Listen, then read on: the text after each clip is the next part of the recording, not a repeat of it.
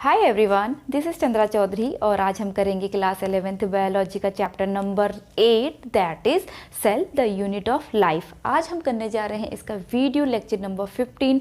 In previous video lectures we have completed about cell and various type of cell organelles.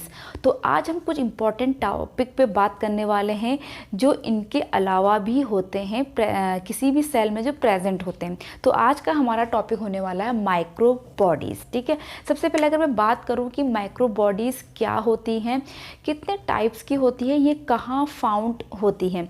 तो सबसे पहले जो micro bodies हैं ये आपको ओनली मिलती है यूकैरियोटिक सेल में। यूकैरियोटिक सेल्स में ये मिलती है। ओके, और ये अराइज होती है, मीन्स बनती कहाँ से, arises from ER means endoplasmic reticulum से इसका फॉर्मेशन होता है। तो चलिए, जैसे कि मैंने बात कही कि ये कितने टाइप्स की होती हैं, क्या क्या आपके माइक्रो बॉडीज़ होती हैं। तो there are 4 types of micro bodies. First one is peroxisomes।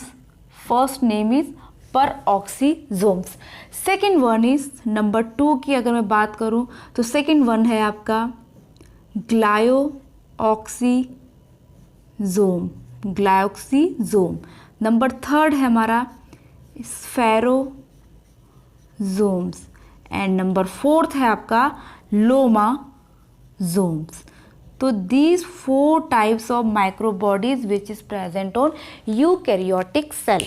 Okay, तो पेरोक्सीजोम्स, ग्लायोक्सीजोम्स, स्फेरोजोम एंड लोमाजोम। तो चलिए वन बाय वन इसके बारे में डिस्कस कर लेते हैं, क्विकली कर लेते हैं। तो पेरोक्सीजोम्स, तो पेरोक्सीजोम्स की अगर मैं बात करूँ ये फाउंड कहाँ होती है, तो these are found in both means plant cell as well as animal cell.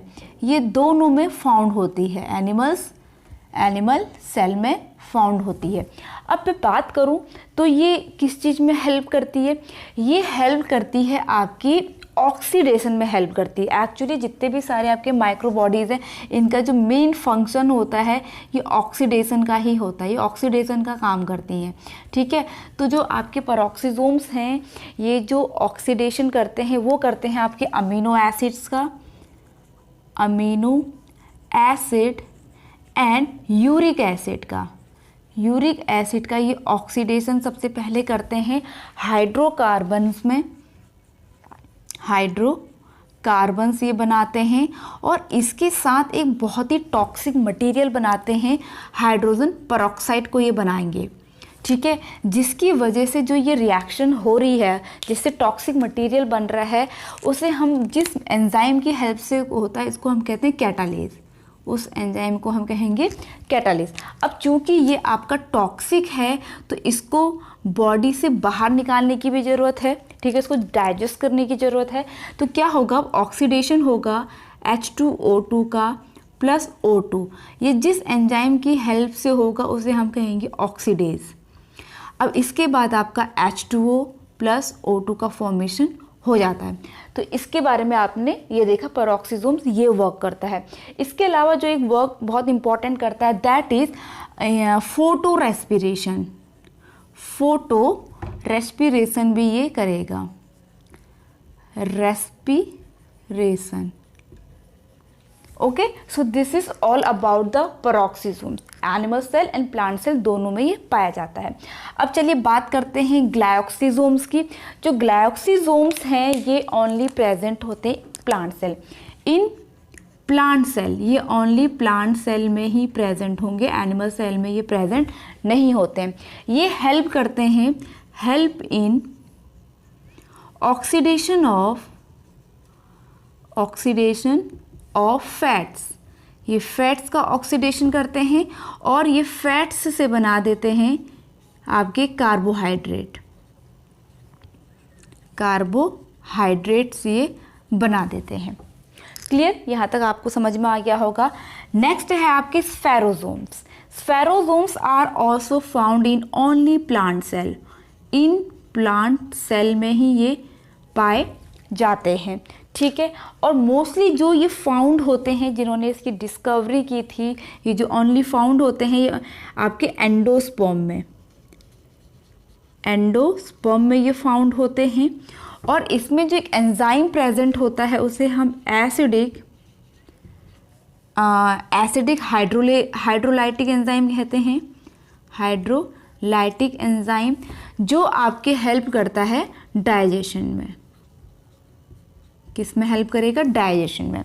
Clear? I hope इसके बारे में भी समझ में आ गया होगा आपको स्फेरोसोम्स की में। लास्ट आपका बचा है लोमाजोम्स। लोमाजोम्स भी only in plant, in plants में ऑक्यूपाइड होंगे और इसकी जो आपकी लोकेशन होगी in between cell wall and plasma membrane, in between cell wall and plasma membrane में इनकी अकरेंस होती है। तो इस प्रकार से जो लोमाजोम्स हैं ये फॉर्मेशन करते हैं, फॉर्मेशन ऑफ सेल वॉल, ये सेल वॉल के फॉर्मेशन में भी ये हेल्प करते हैं। So this is the all about microbodies. These are 4 types: peroxisomes, glyoxysomes, spherosomes and lomasomes. जो आपके पेरोक्सीजोम्स हैं उनका एक और इम्पॉर्टेंट काम होता है आपका, जो मैंने यहाँ पर लिखा है, फोटो रेस्पिरेशन। उसके बाद आपका जैसे कि देखा है कि ये टॉक्सिक मटेरियल को भी ऑक्सीडेज कर रहा है, तो इस प्रकार से इसका काम जो डिटॉक्सिफिकेशन का भी है, इसका ऑल्सो क्या काम होगा? डिटॉक्सिफिकेशन, डिटॉक्सिफिकेशन का भी इसका वर्क है। फिर उसके बाद है ग्लायोक्सीजोम्स जो ओनली प्लांट में है, स्फेरोजोम्स ओनली प्लांट्स में और लोमाजोम्स भी ओनली प्लांट्स में। तो this is all about microbodies. So take a screenshot, आप इसका स्क्रीनशॉट ले सकते हैं। एंड वीडियो अगर आप लोगों के लिए हेल्पफुल रहा हो तो please hit the like, leave the comment, subscribe to my channel and press the bell icon. मैं मिलूंगी अपनी नेक्स्ट वीडियो के साथ जिसमें हम कुछ और मोर इंटरेस्टिंग टॉपिक पर डिस्कस करेंगे। तब तक के लिए stay tune, stay healthy, stay connected. Bye bye.